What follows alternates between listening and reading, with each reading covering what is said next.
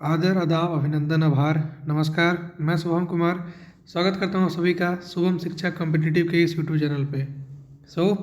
जय हिंद everyone, welcome to Shubham Shiksha competitive. कैसे हैं आप सभी? उम्मीद करता हूँ आप लोग स्वस्थ और मस्त होंगे। तो आज हम लोग जो पढ़ने वाले हैं वो है पॉलिटिकल साइंस का चैप्टर नंबर 1 क्लास 6 का डाइवर्सिटी। इससे पिछले वीडियो में हमने क्लास 6 का ज्योग्राफी चैप्टर 1 कर लिया था, जो कि इससे पिछला हमारा वीडियो था वो ज्योग्राफी पे था। ये हमारा है पॉलिटिकल साइंस चैप्टर 1 जो कि है डाइवर्सिटी। दोस्त, डाइवर्सिटी में होता है विविधता, यानी कि कितना आप हमसे कितना अलग हैं। What is the difference between you and me is known as विविध, एंड इट इज़ विविधता, and it is diversity in English. ठीक है, तो मेनली हम लोग पढ़ने वाले हैं डाइवर्सिटीज इस चैप्टर में। ठीक है, डाइवर्सिटी क्या होता है उसके बारे में। तो यूनिट 1 डेट इज डाइवर्सिटी। ठीक है, चलिए शुरू करते हैं। उससे पहले देखिए कि हमारा लिखा हुआ नेशनल एंथम ऑफ इंडिया, मतलब there is much more difference between national anthem and national song. ठीक है, राष्ट्रगान और राष्ट्रगीत में उतना ही अंतर है जितना कि ज़मीन और आसमान में अंतर है। जितना कि क्लासिकल डांस और फोक डांस में अंतर है, उतना ही हमारा नेशनल एंथम और नेशनल सॉन्ग में अंतर है। नेशनल सॉन्ग हमारा है वंदे मातरम, नेशनल सॉन्ग हमारा है वंदे मातरम, और नेशनल एंथम हमारा है जन गण मन। नेशनल एंथम हमारा क्या है? जन गण मन। और नेशनल सॉन्ग क्या है हमारा? वंदे मातरम है। ये क्या है हमारा? हमारा है वंदे मातरम, और ये है हमारा जन गण मन। ठीक है, जन गण मन हमारा क्या है? नेशनल एंथम है। देखिए दोस्त, पहला बात कि नेशनल सॉन्ग और नेशनल एंथम का क्या डिफरेंस है, अगर आप कहिएगा इसका मैं वीडियो बना दूंगा। फिलहाल समझने के लिए समझिए कि नेशनल सॉन्ग जो होता है दोस्त, उसको आप उस पर आप डांस कर सकते हैं, उसका स्पीड को कम या ज़्यादा कर सकते हैं, टोन बढ़ा सकते हैं, बेस बढ़ा सकते हैं। लेकिन नेशनल एंथम एक कंट्री को रिप्रेजेंट करता है, उसकी गरिमा को रिप्रेजेंट करता है। So you have to be in a position of attention, आपको अटेंशन पोजिशन में रहना पड़ेगा। दूसरा बात कि नेशनल एंथम का एक फिक्स टाइम लैप है, जैसे कि हमारे नेशनल एंथम का 52 सेकेंड एक टाइम है। नेशनल सॉन्ग का कोई टाइम नहीं है। आप चाहें तो नेशनल सॉन्ग को फास्ट में मूव कर सकते हैं, स्लो में मूव कर सकते हैं। नेशनल एंथम में ये हमारी रिस्पॉन्सिबिलिटी है कि टुवर्ड द कंट्री के लिए हमें खड़े होना चाहिए अटेंशन मोड पे। तो आप नेशनल एंथम को कहीं भी कभी भी नहीं बजा सकते हैं, लेकिन नेशनल सॉन्ग जो कि वंदे मातरम है कहीं भी गा सकते हैं, किसी भी प्रतियोगिता में कहीं भी गुनगुना सकते हैं। इस पे आप नृत्य कर सकते हैं, इसकी आप गरिमा को इससे आप अपने संस्कृति से जोड़ सकते हैं। लेकिन नेशनल एंथम एक देश की गरिमा को रिप्रेजेंट करता है। सो आप इसका ख्याल रखेंगे ऐसा उम्मीद करते हुए, नेशनल एंथम जो है हमारा, उसका क्या ट्रांसलेशन है उसके बारे में समझते हैं। पहला ट्रांसलेशन कहता है कि thou art of ruler of the mind of all people, dispenser of India destiny, the name rouses the hearts of the Punjab, Sindh, Gujarat and Maratha, of the Dravid and Odisha and Bengal. It echoes in the hill of Vindhyas and Himalayas, mingles in the music of Yamuna and Ganga, and is chanted by the waves of Indian Sea. They pray for thy blessing and sing thy praise. The saving all the people waits in thy hand, and thou dispenser of India's destiny, victory, victory, victory to thee. ठीक है, इसका जो हिंदी मतलब है दोस्त, हिंदी मतलब क्या होता है उसके बाद हम वापस इस पर आते हैं। हिंदी मतलब कहता है कि सभी लोगों के मस्तक के शासक कला तुम हो, भारत की किस्मत बनाने वाले। तुम्हारा नाम पंजाब, सिंधु, गुजरात और मराठों के दिल के साथ साथ बंगाल, उड़ीसा और द्रविड़ों को भी उत्तेजित करता है। ठीक है, अगला क्या कहता है कि इसकी गूंज विंध्य और हिमाचल के पहाड़ों में सुनाई देती है, गंगा और जमुना के संगीत में मिलती है, और भारत समुद्र की लहरों द्वारा गुणगान किया जाता है। भारतीय समुद्र की लहरों द्वारा गुणगान किया जाता है। अगला कहता है कि वो तुम्हारे आशीर्वाद के लिए प्रार्थना करते हैं और तुम्हारी प्रशंसा की गीत गाते हैं। तुम्हारे हाथों में ही हम सभी की सुरक्षा का इंतजार है। तुम भारत की किस्मत बनाने वाले, जय हो, जय हो, जय हो तुम्हारी। ये हमारा जो हमारा नेशनल सॉन्ग है, सॉरी नेशनल एंथम है, उसका ये क्या है? समरी है in Hindi and that's what in English. ठीक है, आप चूँकि आपका पॉलिटी का बुक है तो आपके पॉलिटी का कॉपी में शुरुआत में हमारा national anthem, national song, constitution का प्रियम्बल होना जरूरी है, कंपलसरी है, बिकॉज तभी आपको लगेगा कि ये पॉलिटिकल साइंस का कंप्लीट कॉपी है। तो आप ऐसा कीजिएगा। देखिए नोट के साथ लिखा हुआ यहाँ पे, एनसीईआरटी का हर एक लाइन इंपॉर्टेंट है। समझिए क्या लिखा हुआ है कि जन गण मन was translated by Gurudev Rabindranath Tagore from Bengali to English in February 1919 at Madanapalle in district of Chittoor. ये भी क्वेश्चन एग्जाम में पूछा गया हुआ है कि गुरु रविन्द्रनाथ टैगोर जो थे नेशनल जन गण मन को किस लैंग्वेज से किस लैंग्वेज में ट्रांसलेट किए, किस मंथ में और किस ईयर में, कहाँ पे। सो इसका हर एक लाइन इंपॉर्टेंट होता है, तो कहीं से भी क्वेश्चन पूछा जा सकता है। सो आई होप कि यहाँ से आप पढ़ेंगे जरूर। और आगे चलते हैं हम लोग, शुरुआत करते हैं चैप्टर जिसका नाम है डाइवर्सिटी अराउंड अस और अंडरस्टैंडिंग डाइवर्सिटी। देखिए क्या है, कहता है कि look around you in the classroom, do you see anyone who are exactly like you. क्या आप देखते हैं? डाइवर्सिटी मतलब क्या? देखिए हमारे सोचने में, हमारे बोलने में, चलने में, रहने में, सहने में, सब चीज़ में एक दूसरे से हम लोग डिफर रहते हैं। शायद ही कभी पॉसिबिलिटी होगी कि आप समान दिखते हो, आपकी सोच समान हो, आपकी हाइट समान हो, आपकी वेट समान हो, विड्थ समान हो, यानी ईच एंड एवरीथिंग आपका सेम हो। ये रेयर पॉसिबल है, आइदर सम डिफरेंसेस और डाइवर्सिटी होती ही होती है। ठीक है, तो इसी बीच में शुरू हुआ है कहानी मेकिंग फ्रेंड्स का, कि जब हम लोग फ्रेंड्स बनाते हैं, do you think it would be easy for you to make friend with someone who was very different from you. क्या ये दोस्ती करना आसान होगा कि आप जिससे दोस्ती करने जा रहे हैं वो आपसे साफ अलग हो, आप नरम स्वभाव के हों, वो गर्म स्वभाव का है, तो ये रेयर चांस है कि आप उससे दोस्त बन पाइएगा। तो I had meant it as a joke, मैं इसे सिर्फ एक जोक की तरह लिया। A joke made up for a small ragged boy who sold newspaper at a Janpath crossing at the busy interaction. अगर मैं इसका समरी हिंदी में करने लगा, आप लोग मैं चैनल छोड़ के भाग जाइएगा, बिकॉज कोई रिलेवेंट नहीं है। इसमें जो है कहानी बताई गई है, इसका मैं क्या करता हूँ हिंदी में आपको समझा देता हूँ कि कहानी क्या कहता है, फिर मैं आगे चलता हूँ इसका मेन कहानी में। देखिए दोस्ती करना में क्या लिखा हुआ है, क्या ऐसे इंसान से दोस्ती करना आप चाहेंगे, या आपके लिए आसान होगा जो आपसे बहुत भिन्न है, मतलब कि बहुत अलग है। नीचे दी गई कहानी पढ़ें और इसके बारे में सोचें। देखिए कहानी क्या कहता है कि मैंने इसे एक मजाक की तरह लिया, मजाक जो कि फटे पुराने कपड़े पहने उस छोटे से लड़के के लिए था जो जनपद के भीड़ भाड़ वाले चौराहे की लाल बत्ती पर अखबार बेचता था। जब जब वहाँ से साइकिल से गुजरता, वो अंग्रेजी का अखबार हाथ में लहराते हुए मेरे पीछे भागता और उस दिन की सुर्खियों को हिंदी अंग्रेजी के मिले जुले शब्दों में चिल्लाकर सुनाता रहता। इस बार मैं पटरी के सहारे रुका और मैंने उसे हिंदी का अखबार मांगा। उसका मुंह खुला खुला रह गया। उसने पूछा, मतलब आपको हिंदी आती है? बिल्कुल, मैं अखबार के पैसे देते हुए कहा। क्यों, तुमने ऐसा क्यों सोचा? वह रुका। पर आप लगते तो बड़े अंग्रेज हैं, वह बोला। मतलब कि आप हिंदी ही पढ़ सकते हैं? ठीक है, तो हाँ मैं बिल्कुल पढ़ सकता हूँ। इस बार मैं थोड़ा अधीर होते हुए बोला कि मैं हिंदी बोल सकता हूँ, पढ़ सकता हूँ, लिख भी सकता हूँ। मैंने स्कूल के दूसरे सब्जेक्ट के साथ हिंदी पढ़ी है। फिर उसने पूछा मुझसे, सब्जेक्ट सब्जेक्ट क्या होता है? अब जो कभी स्कूल नहीं गया उसको मैं कैसे समझाता कि सब्जेक्ट क्या होता है? तो मैंने उसको बोला कि वह कुछ होता है। मैंने शुरू ही किया था कि बत्ती हरी हो गई और मेरे पीछे गाड़ियों के हॉर्न का शोर 100 गुना बढ़ गया। मैंने भी अपने आप को ट्रैफिक के साथ आगे बढ़ा लिया। अगले दिन वह फिर से वहाँ पर था। वह मुस्कुरा रहा था और मेरी तरफ हिंदी का अखबार बढ़ाते हुए कहा कि भैया आपका अखबार, आप बताइए ये सब्जेक्ट क्या चीज़ है? अंग्रेजी का यह शब्द उसकी ज़बान पर अजीब लग रहा था, जैसे कि मानो कि अंग्रेजी में सब्जेक्ट शब्द का दूसरा अर्थ प्रजा, उस अर्थ में वह प्रयोग कर रहा हो। ठीक है, ओह यह कुछ पढ़ाई लिखाई संबंधित है, मैंने कहा ना। उसके बाद चूंकि बत्ती लाल हो गई थी, मैंने पूछा कि तुम कभी स्कूल नहीं गए हो? कभी नहीं, उसने जवाब दिया। फिर बात बढ़ते हुए गर्व से कहा कि मैं जब इतना ऊंचा था ना, तो मेरी साइकिल की गद्दी के बराबर अपने आप को नापा। पहले मेरी माँ मेरे साथ आती थी, लेकिन अब मैं अकेले ही कर लेता हूँ। अभी तुम्हारी माँ कहाँ है? मैंने पूछा, पर जब तक बड़ी बत्ती खड़ी हो गई थी और मैं चल पड़ा। मैंने उसे अपने पीछे से कहते हुए सुना कि वह मेरठ में है और उसके साथ डॉट डॉट डॉट, यानी कि बाकी ट्रैफिक के शोरगुल में डूब गया। मेरा नाम समीर है, उसने अगले दिन कहा और बड़े शर्माते हुए मेरा नाम पूछा। तो मैंने कहा, आप पूछा आपका नाम क्या है?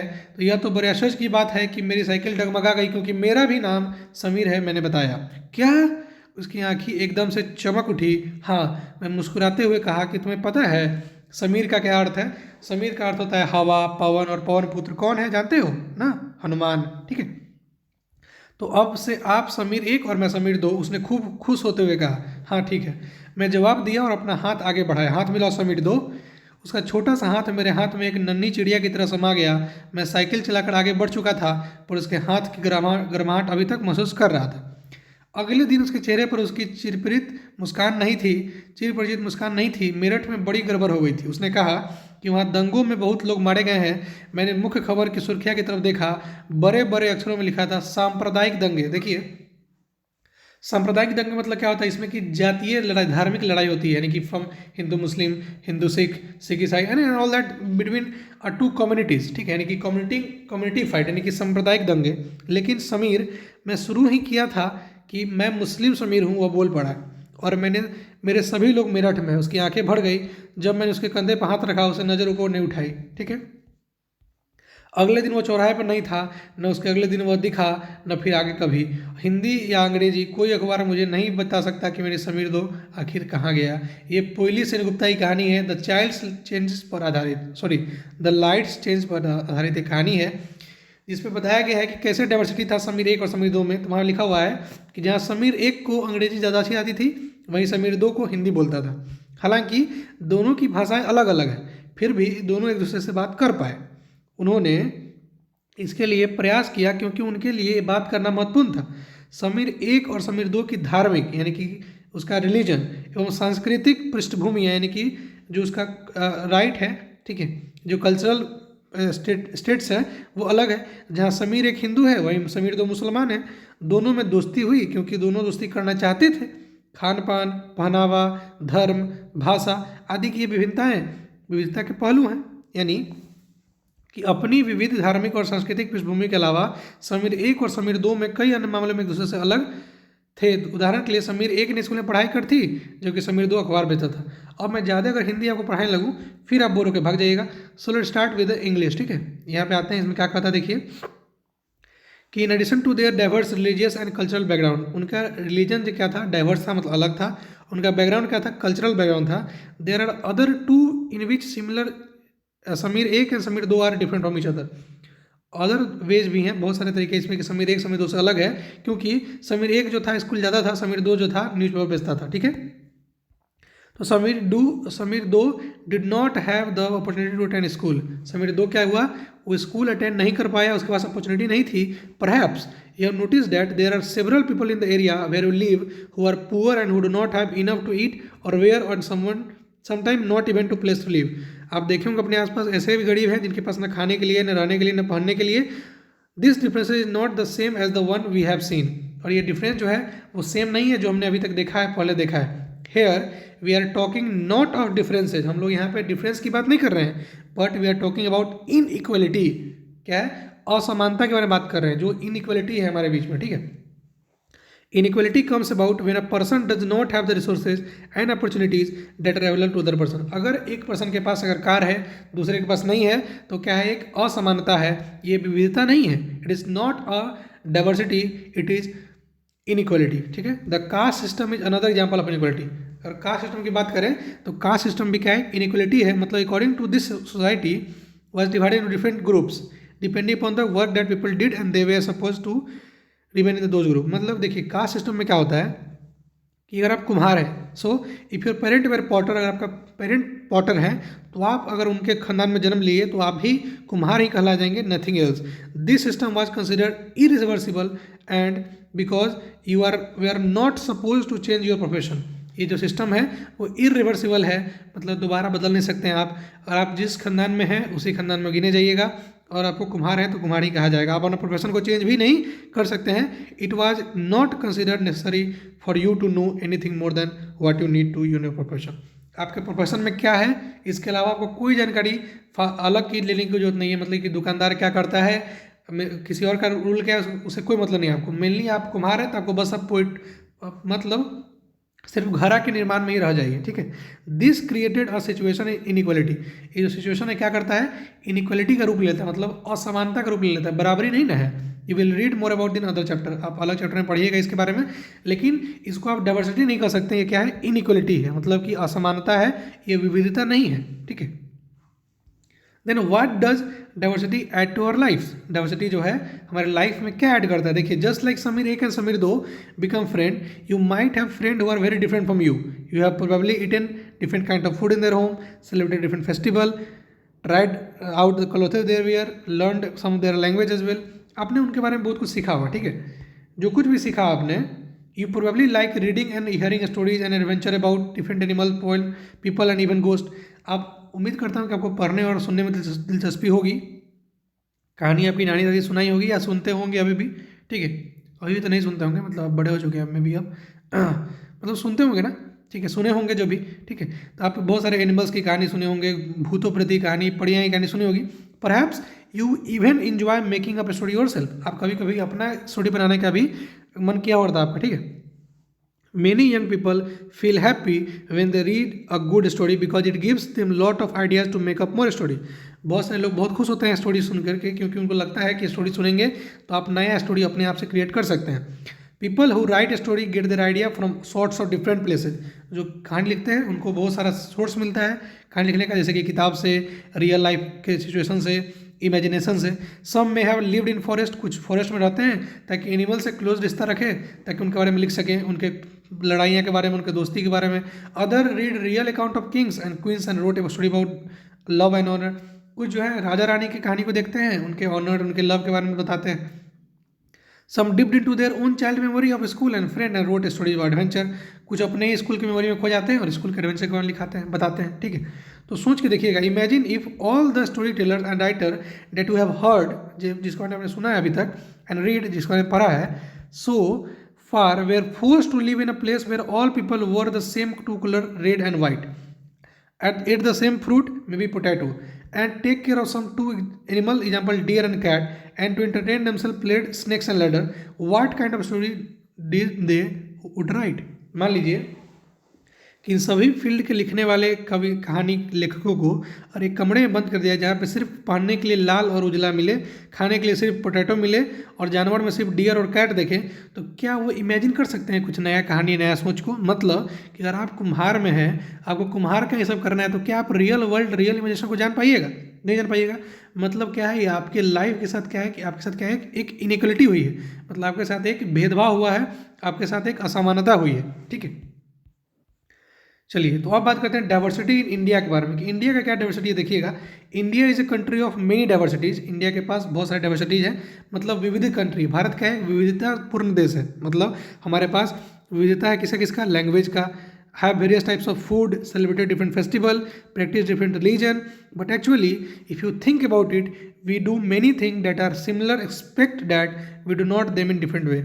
बट एक्चुअली में क्या है कि if you think about it, आप अगर सोचेंगे इसके बारे में, we do many thing that are similar except that we do them different way.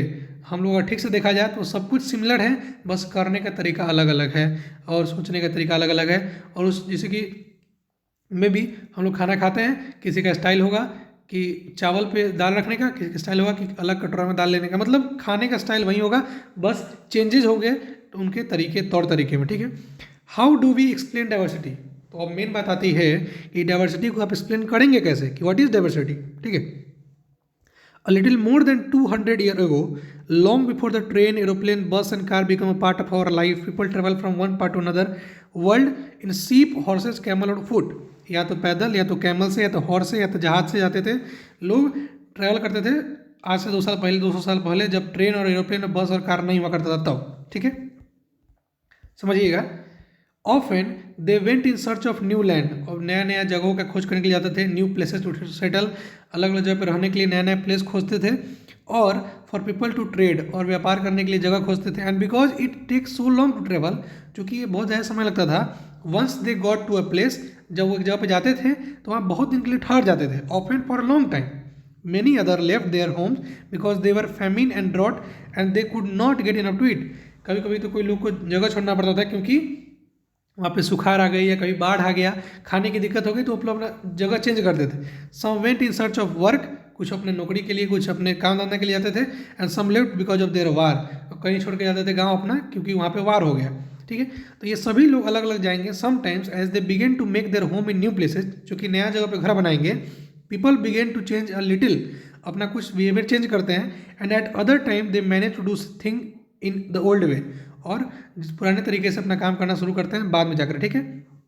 So their language, उनका फूड, उनका म्यूजिक, उनका religion become a mix of the old and the new, and out of this intermixing of culture come something new and different. क्योंकि आप ये नया जगह पे जाइएगा, फिर अपना जो भी आपका फेस्टिवल था उसको लीजिएगा, प्लस वहाँ का फेस्टिवल यानी कि ओल्ड और प्लस न्यू को कंबाइन कीजिएगा, यानी कि will got a new one, and new and very different. इस तरह से हमारा इतिहास रहा है डाइवर्सिटी का। The history of many places shows us how many different culture influences have helped to shape life and culture there. Thus, regions become very diverse because of their unique history.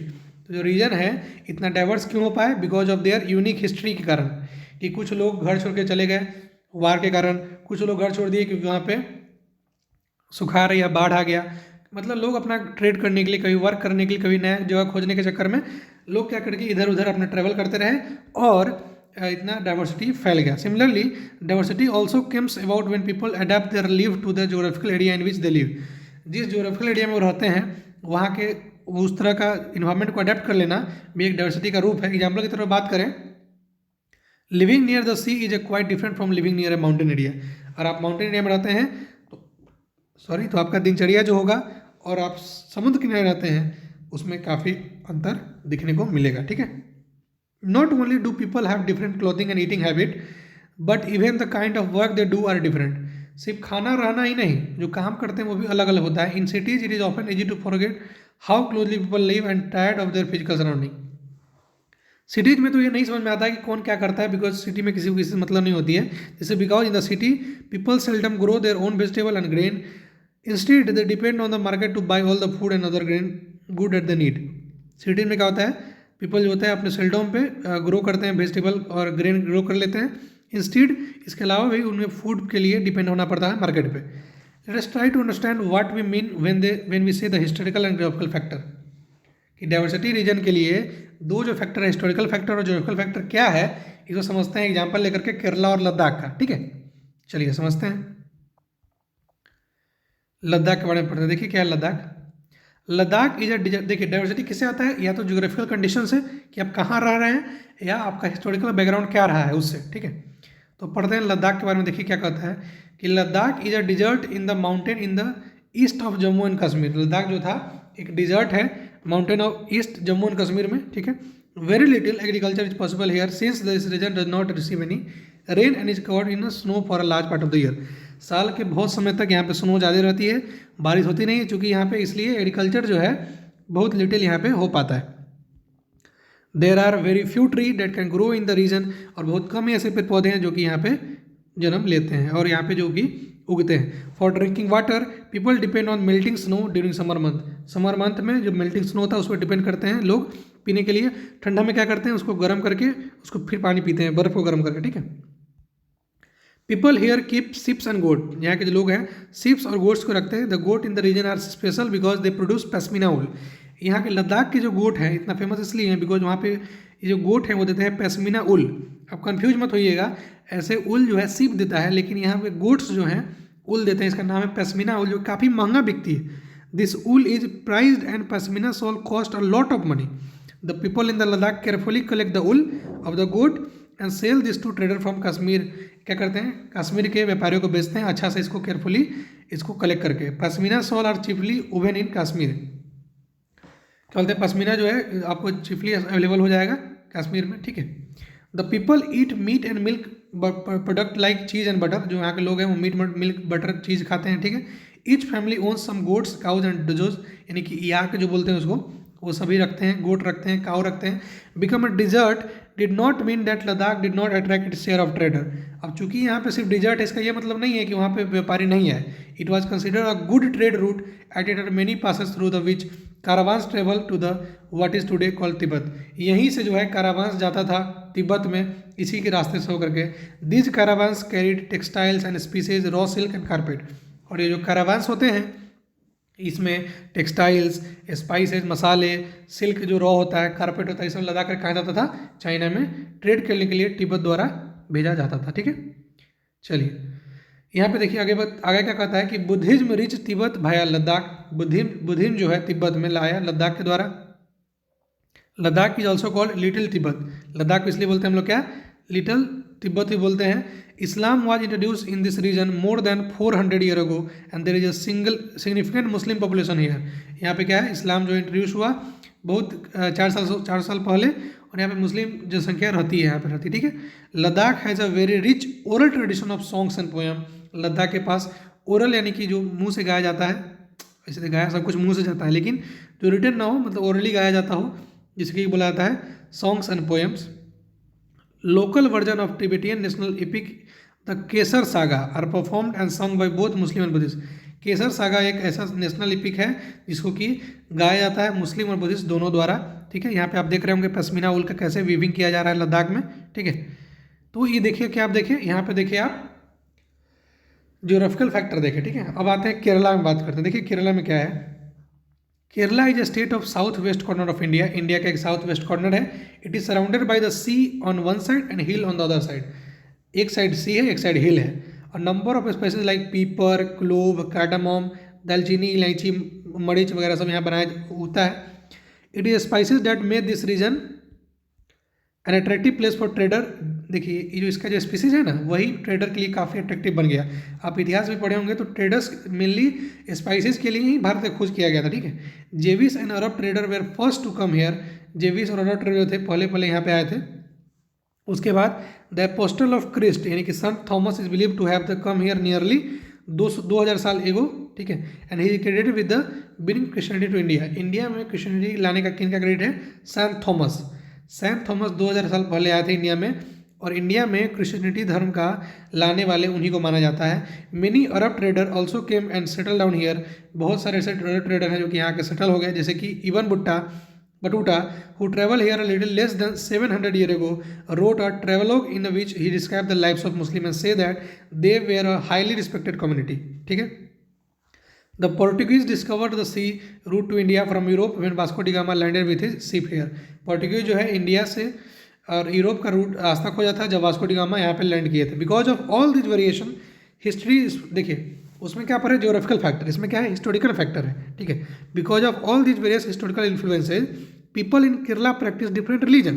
क्योंकि देखिए एक तरफ Christianity लेके आए, एक मुस्लिम लेकर आए, ठीक है, इबार बुटुटो, ठीक है, वो सेंट थॉमस लेके आ रहा है, क्रिश्चियनिटी लेके आए। तो क्या हुआ यहाँ पे डिफरेंट डाइवर्सिटी बढ़ने लगा कि नहीं। वहाँ पे लद्दाख में क्या था, लद्दाख में वहाँ पे देखिए आप ज्योग्राफिकल फैक्टर, जैसे कि वहाँ पे पश्मीना ऊल, मीट वगैरह, वहाँ पे बुद्धिस्ट और मुस्लिम का क्या क्या कंडीशन है देखे थे आप। तो जो केरला है ना, धीरे धीरे क्या बन गया, डिफरेंट रिलीजन का केंद्र बना, जैसे कि Judaism, Islam, Christianity, Hinduism, Buddhism, ठीक है। The fishing net used here look exactly like the Chinese fishing net and called चीना वाला। चाइनीज फिशिंग जो नेट होता है उसी की तरह इंडिया में भी एक फिशिंग नेट इसको बोलते हैं हम लोग चीना वाला। Even the utensil use for frying is called the चीना चट्टी। यहाँ पे जो उसमें जो फ्राइंग करने के लिए मछली को तलने के लिए जो यूटेंसिल बर्तन होता है उसको बोलते हैं हम लोग China Chatti. And it is believe that the word Cheen would have came from China. जो चीन वर्ड है ना, उसका माना जाता है कि चाइना से है। The fertile land and climate are suited to growing rice and majority of people here eat rice, fish and vegetable. यहाँ का जो फर्टाइल लैंड है या क्लाइमेट है वो सूट करता है कि यहाँ पे राइस उगाया जाए, इसलिए यहाँ के लोग जो होते हैं ज़्यादातर राइस, फिश और वेजिटेबल खाते हैं। तो ये क्या था, हिस्टोरिकल कंडीशन था केरला का, और ज्योग्राफिकल कंडीशन था किसका, लद्दाख का। Now will talk about while Kerala and Ladakh are quite different in term of their geographical feature and the history of both region have similar structure cultural influences. Both region were influenced by Chinese and Arab trader. देख लिया, it was the geography of the Kerala which allowed for the cultivation of spices and the special geographical location of Ladakh and its wool that drew trader to this region. Thus, history and geography are often tied in the cultural life of a region. एक reason के cultural life के लिए इतिहास और भूगोल दोनों का महत्वपूर्ण रोल है इसमें, ठीक है। The influence of diverse culture is not merely a thing of the past. तो डाइवर्स कल्चर है ना, सिर्फ पास्ट का ही देन नहीं है। और present life are all about moving from one place to another for work and with each move our culture tradition and way to of life slowly become part of the new place we are in. अगर मान लीजिए कोई आदमी बिहार से दिल्ली जाता है, वहाँ पे दिल्ली में छठ पूजा मनाता है, तो क्या हुआ कि छठ पूजा का महत्व जो है बिहार से दिल्ली में शिफ्ट हो गया। मतलब वहाँ पे क्या हुआ कि रिलीजियस चेंज वहाँ पे आपको देखने को मिला। हमारे आज के किया मतलब छठ पूजा हम अगर गुजरात जा रहे हैं तो गुजरात में हम लेके जा रहे हैं ना, मैं लेके जा रहा हूँ, तो ये तो पास्ट का गड़बड़ है नहीं ना, मतलब कि depend upon today's condition also, ठीक है। Similarly, in our own neighborhood, we live close to people from several communities. Our daily life are about the way in which we do things together and hear story about each other lives, custom and tradition. हम लोग साथ इसी तरह रहते हैं, एक दूसरे का बात सुनते हैं और स्टोरीज कहानी सुनते हैं, आपस में ट्रेडिशन और कस्टम को शेयर करते हैं, ठीक है। अब बात करते हैं यूनिटी इन डाइवर्सिटी, यानी कि विविधता में एकता, एकता विविधता में, ठीक है। India's diversity has always been recognized as source of its strength. India का जो डाइवर्सिटी है ऑलवेज रिकॉग्नाइज किया जाता है एक सोर्स ऑफ स्ट्रेंथ के तौर पे कि when the British rule India, women and men from different culture, religious and regional background came together to oppose them. जब यहाँ पे अंग्रेज शासक थे तो बहुत सारी औरतें, main, different culture, different religion के साथ में हाथ मिलाए ताकि उनको अपोज कर सकें। India's freedom movement had thousand of people in different background in it. हजारों हजार की संख्या में लोग थे, उनका अलग अलग बैकग्राउंड था, फिर भी वो एक चीज़ के लिए लड़ रहे थे, स्वतंत्र भारत के लिए। ठीक है, they worked together to decide joint action, they went to jail together and they found different ways to oppose the British. उन्होंने साथ काम करी, साथ जेल गए, साथ लड़ाई किया ब्रिटिश को अपोज करने के लिए। Interestingly the British thought they could divide Indians because they were so different. अचंभे की बात तो ये है, मतलब हंसी की बात तो ये है कि ब्रिटिश को लगता था कि हम लोग डाइवर्स्ड हैं, अलग अलग जाति संप्रदाय के हैं, अलग अलग धर्म के हैं, हमें तोड़ना ज़्यादा आसान है। तो because they were so different and they continue to rule them, but the people showed how they could be different and yet be united in their battle against the British. लेकिन ये लोग बता दिए कि कितने भी हम लोग अलग हैं फिर भी हम लोग एक हैं, ब्रिटिश की लड़ाई से हम लोग ये सिद्ध कर चुके हैं। ठीक है, तो एक गाना लिखा गया था जब जालियांवाला बाग मैसेकेयर हुआ था उस समय। देखिए, this song was sung after the Jallianwala Bagh massacre in Amritsar, in which a British general open fire a large group of unarmed people killing many and wounding even more. देखिए, जब जनरल डायर जो है जालियांवाला बाग जहाँ पे बैसाखी का मेला लगा था, वहाँ पे लोग घूमने के लिए आए थे। वहाँ पे चूँकि चौरी चौरा एक्ट हुआ था उससे कुछ दिन पहले। अगर आपको नहीं समझ में आ रहा है चौरी चौरा एक्ट, कोई बात नहीं, आप जब 10th पढ़िएगा समझ में आ जाएगा, लेकिन फिलहाल आप लिंक करना शुरू करिए। अगर आप सीरियस कैडेट है तो आपको लिंक करना आना चाहिए। जब चौरी चौरा एक्ट हुआ था, जब पुलिस वालों को जब पीट दिया था गाँव वालों ने मिल करके, तो जनरल डायर ने क्या किया कि पूरे जालियांवाला बाग को घेर लिया आपस में, पूरा मिलिट्री फोर्स से, और ओपन फायर करवा दिया इनोसेंट पीपल पे जो कि वहाँ पे बैसाखी का पर्व मनाने आए थे। क्योंकि जनरल डायर को शक था कि वो लोग एकता में आकर के हमारे खिलाफ कोई साजिश रचने के लिए आए थे। ठीक है, यहाँ पे हो गया। Men and women, Hindu, Sikhs and Muslim, rich and poor have gather to protest against the British. इसलिए क्या हुआ कि बहुत सारे लोग वहाँ पे गैदर हुए ब्रिटिश को प्रोटेस्ट करने के लिए। This song was compose and sung to honour the memory of those brave people. जो लोग वहाँ पे मरे उनके सम्मान में ये गाना गाया जाता है। ये गाना कुछ इस प्रकार है कि दिन खून के हमारे प्यारे न भूल जाना, खुशियों में अपनी हम पर आंसू बहा के जाना, सयाद ने हमारे चुन चुन के फूल तोड़े, वीरान इस चमन में कोई गुल खिला के जाना, दिल खून के हमारे प्यारे भूल न जाना। ठीक है, गोली खा के सोए जालिया बाग में हम, सुनी परी कब्र पर दिया जला के जाना, दिन खून के हमारे दोस्तों भूल न जाना, यानी प्यारे भूल न जाना। हिंदू और मुस्लिमों की होती है आज होली, बहते हैं एक रंग में, दामन भिगो के जाना, दिन खून के हमारे दोस्तों भूल न जाना। कुछ जेल में पड़े हैं, कुछ कब्र में गरे हैं, दो बूंद आंसुओं पर उन पर प्यारे बहा के जाना, दिन खून के हमारे यारों भूल न जाना। ये जो है भारतीय जन नाट्य संघ इप्टा द्वारा गाया गया था जब जलियांवाला बाग मैसेकेयर का जब प्रोटेस्ट किया जा रहा था तब के समय। ठीक है, उसका इंग्लिश वर्जन में यहाँ पे लिखा था, आप वहाँ से पढ़ सकते हैं, इंग्लिश वर्जन ही पढ़ सकते हैं कि don't forget the days of blood O friend, in the midst of your happiness remember to shed a tear of us, the hunter has torn away every single flower, do flower of flower in the desert garden, dear friend, having fallen to bullet we slept in Jallianwala Bagh, do light a lamp on his lonely grave, the blood of Hindu and Muslim flow together, do soak your robe in the river of blood, dear friend, some rot in jail, some other lie in their graves, do shed a feud of tears for them, O friend। ठीक है, ये गाना गाया गया था जब जालियांवाला बाग मैसेकेयर के लिए लोग इकट्ठा होकर के और ब्रिटिश के खिलाफ इस एक्शन के लिए खड़े थे उसके समय। ठीक है, songs and symbols that emerge during the freedom struggle serves as a constant reminder for country rich tradition of respect for diversity. क्या डाइवर्सिटी के लिए क्या भावना थी हमारे अंदर, इसको दर्शाता है ये song. Do you know the story of Indian flag? क्या आप इंडियन फ्लैग के बारे में जानते हैं? It was use as symbol to protest against the British by people everywhere. इसको एक प्रतीक के रूप में देखा जाता था, ब्रिटिश से आज़ाद करने के प्रतीक के रूप में। ठीक है, आगे चलते हैं। In the book the discovery of India, Jawaharlal Nehru says the Indian unity is not something impose from the outside. जो इंडिया का यूनिटी है, भारतीय एकता है, इसको किसी पे थोपा नहीं गया है, हम पे थोपा नहीं गया है। It was something deeper and with in its fold. The widest tolerance of believes and custom was practice and every variety acknowledge and even encourage. It was the Nehru who coined the phrase unity in diversity, यानी कि diversity में, विविधता में एकता का जो बात है, जवाहरलाल नेहरू ने बताया था अपनी डिस्कवरी ऑफ इंडिया के बुक में। देखिए इसमें क्या बताया था उन्होंने कि जवाहरलाल नेहरू ने अपनी किताब भारत की खोज में लिखा था कि भारतीय एकता कोई बाहर से थोपी हुई चीज़ नहीं है, बल्कि यह बहुत ही गहरी है, जिसके अंदर अलग अलग तरह के विश्वास और प्रथाओं को स्वीकार करने की भावना है। इसमें विविधता यानी कि डाइवर्सिटी को पहचाना है और प्रोत्साहित भी किया है।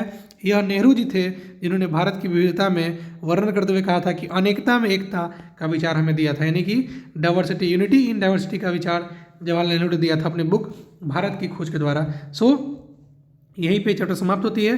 Thank you so much for watching, keep learning and do subscribe my channel, share my videos and like if you really like my, आपको लेक्चर अच्छा लगा तो लाइक कीजिएगा। कोई और समस्या हो then you ask on 7488654738, it's my WhatsApp number and you can definitely join our Telegram group, जिसका लिंक जो है डिस्क्रिप्शन बॉक्स में दिया गया है। आप टेलीग्राम से जुड़े, बिकॉज टेलीग्राम पे क्या होता है, आप पीडीएफ पा सकते हैं, वहाँ पे क्विज सेशन होते हैं, आप क्विज में भाग ले सकते हैं। फेसबुक पे हमें शुभम कुमार पांडे से फॉलो कर सकते हैं। यूट्यूब पे हमारे 3 चैनल है, शुभम शिक्षा 2.0 और शुभम शिक्षा कॉम्पिटिटिव, वहाँ पे आप हमें फॉलो कर सकते हैं। So thank you so much for watching, मिलते हैं हम लोग अगले वीडियो में, तब तक के लिए बाय बाय। हम लोग कल मिलेंगे हिस्ट्री चैप्टर 1 के साथ, ठीक है। Thank you so much, bye bye, take care.